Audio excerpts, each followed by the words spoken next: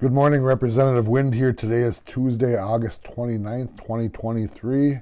Just like to start out by saying hi, and it's hard to believe we're already coming to the end of summer, and with Labor Day holiday this weekend and getting our kids ready and back to school. It's weird, I think, back on how times have changed and how it goes faster and faster as we age.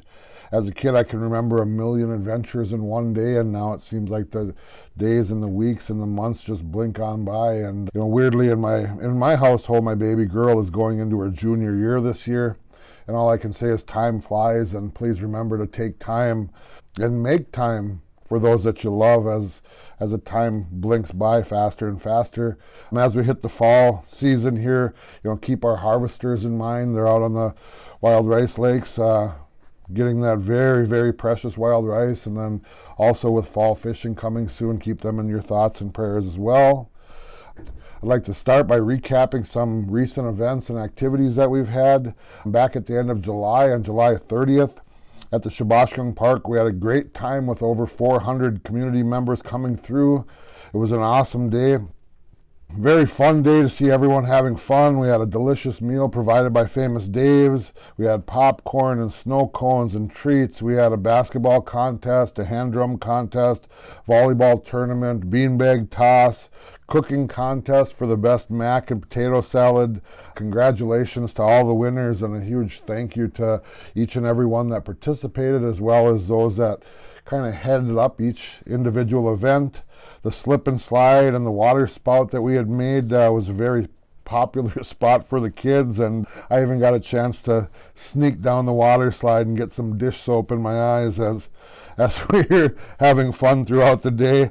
Again, thanks to everyone that came out, our volunteers, the D1 staff. We couldn't do all of these things, these wonderful community events, without you guys and without all of your help. So just a huge, huge miigwech to everybody. The fall ceremonial drum schedule has been sent out a couple of weeks ago now. I'd like to remind everyone that these ceremonial dances are open to everyone, so please attend if you are interested. I cannot say enough how important it is for us all to come together and keep these teaching alive. I'm still in the process of relearning and learning again, and I would love to learn together. If there's anything I can do to help you feel comfortable and help all of our community members feel welcome, I'm willing to help as we can walk that road together. So very, very excited for that to happen again. The dates here in Mille Lacs start off on October 7th with 5 straight weekends here in Mille Lacs, followed by Ajamug, then bouncing to East Lake, back to Ajamug, and then finishing here in D1 on December 1st and 2nd. So again, come on out, man, and we'll watch for you to come in the door, and we'll get you a spot to sit, and hopefully we can get you comfortable and learn with us. On the 18th through the 20th, the Mille Lacs Band of Ojibwe Ishkamizigan traditional powwow was held. There was over 400 registered dancers. It was great to see so many friends and relatives enjoy the drums, the dancing, the parade, the fireworks, the 5K runs, the snagging if you were lucky. I'd like to give a huge shout out to the powwow committee for their hard work and dedication to the powwow. They started out in mid-January, I think, planning for an August powwow, and they meet monthly, and then it becomes weekly, and then it becomes daily as the powwow comes. And without these volunteers, the powwow just wouldn't be the same. They're out there, I think they put in over 60 hours throughout the course of the weekend just giving back to the community. So if you see them, thank them for all their hard work and dedication. Also, I'd like to thank Public Works Department, the Mille Lacs Band employees who took time out of their weekends, and volunteers that helped and worked over the weekend. One of the many highlights that I want to mention of the weekend was a ribbon skirt gift-away, I've now deemed it.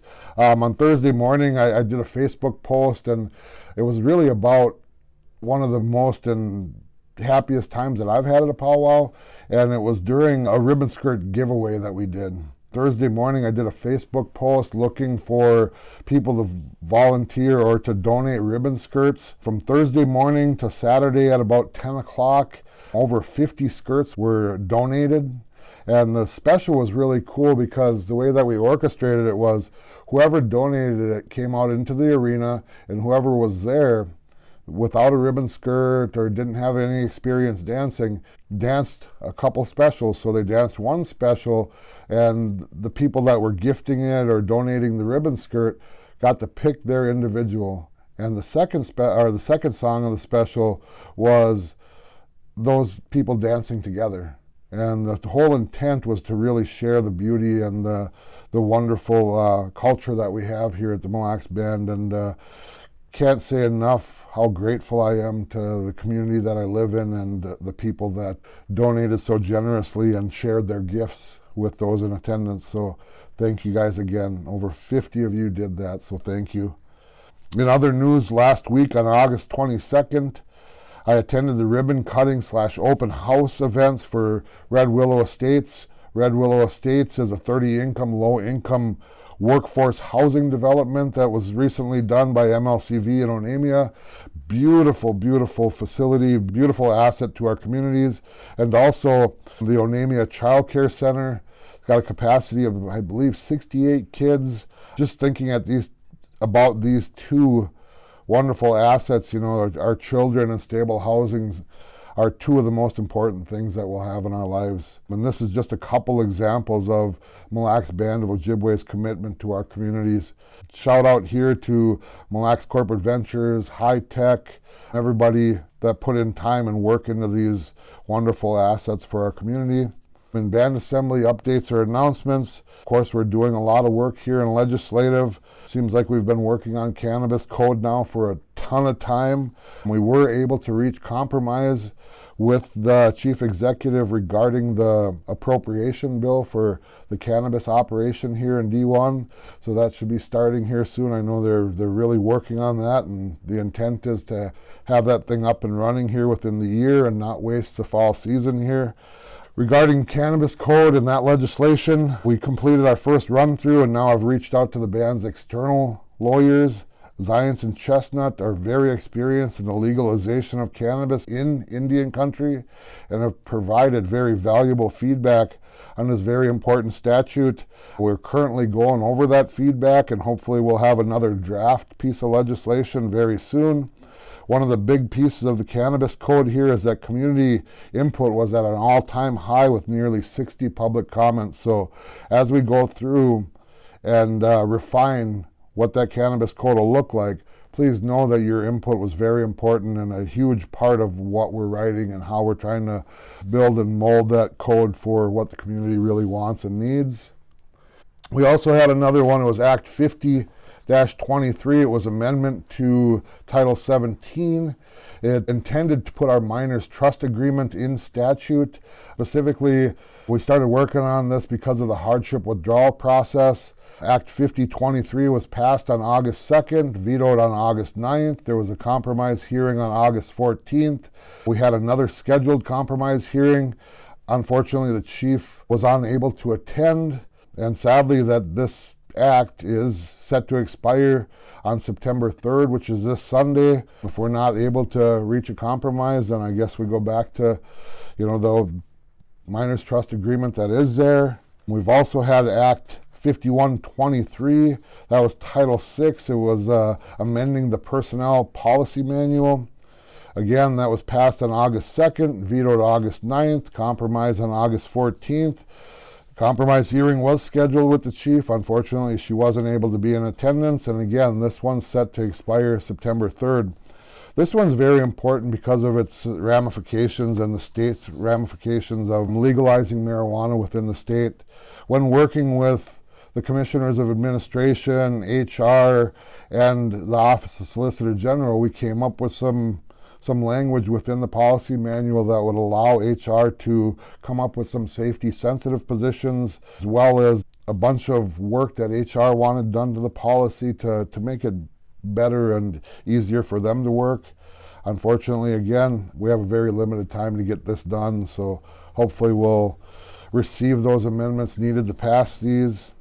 Our District 1 August community meeting is happening tomorrow night, Wednesday the 30th, at the new District 1 Community Center. On the agenda, I'll start with a welcome and a District 1 office update. We'll also have Chandel Boyd and the peer recovery team to provide some information from HHS and the Substance Use Disorder Department. We also have a couple of community groups that will come and share what their groups do. Bob Eagle will talk about the Men's Empowerment Group, and Assiniquet Sam will talk about the Women's Healing Circle. Those two groups have been a really huge part of our community and support for our people in our community, and we really want to tie them into the work that SUD does and the work that they do every day, and really let everybody in our community know that there really is hope and there really is support here for you guys. So please come on over to the meeting and hear what they have to say. At the meeting, Don Day will prepare the meal. I believe we're having goulash, garlic bread, a garden salad, homemade chocolate chip cookie, and peanut butter cookies. Everyone is welcome to attend our meetings, and we hope to see you all there. In other news, we are in the process of planning our D1 end of summer event. It is slated to happen on September 17th from 1 to 6 p.m. at the new District 1 Community Center. We invite you to join us for our end of summer event on Sunday, September 17th from 1 to 6. We are still in the planning stages of this carnival themed event. We are planning to have inflatables, games, prizes, karaoke, popcorn, snow cones, and of course a meal will be provided. The splash pad will be open. We're looking to have the flyer out later this week, so please watch for it. This is going to be a great family fun event. We look forward to seeing you all there.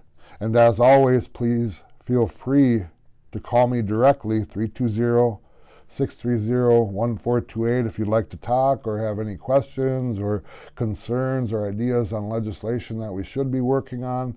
Please don't hesitate to reach out. Miigwech.